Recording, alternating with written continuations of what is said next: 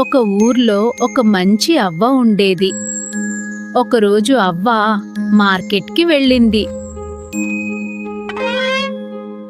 అవ్వ చాలా కూరగాయలు కొనుక్కుని ఇంటికి తీసుకుని వచ్చింది. ఇంటికి వచ్చి అవ్వ వంట కోసం కూరగాయలు కోయడం మొదలుపెట్టింది. అవ్వా అవ్వా నేను మాయ టమోటాను, నన్ను కోయొద్దు.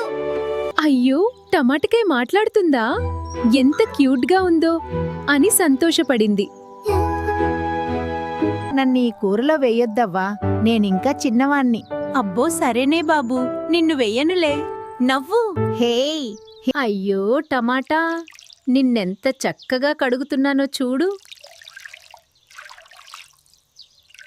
అవ్వా అవ్వా నాకు పౌడర్ పూయవా? పౌడర్ లేదు బాబు, బూడిద ఉంది.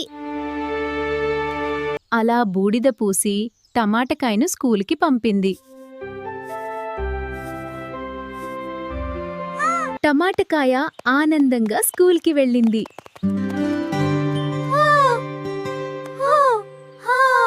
మా బడికి టమాటకాయ వచ్చింది, టమాటకాయ వచ్చింది. పిల్లలు ఎక్కిరించడంతో టమాటకాయ చాలా బాధపడింది. టమాటకాయ, ఎందుకేడుస్తున్నావు? అందరూ నన్ను ఎక్కిరిస్తున్నారు. నాకు చదవాలి. ఎవరైనా నిన్నెక్కిరిస్తే నీకు నాకు టింగర్ బుల్లా అని చెప్పు. వారు మాయమైపోతారు. మా బడికి టమాటకాయ వచ్చింది.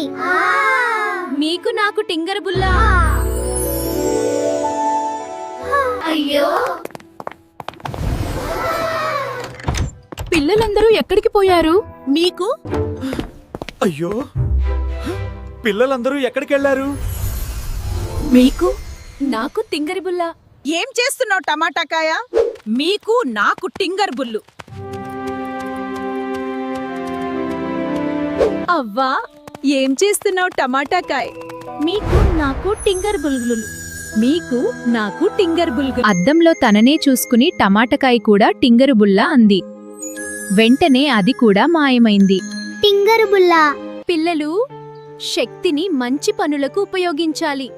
చెడుగా ఉపయోగిస్తే చివరికి మనకే నష్టం.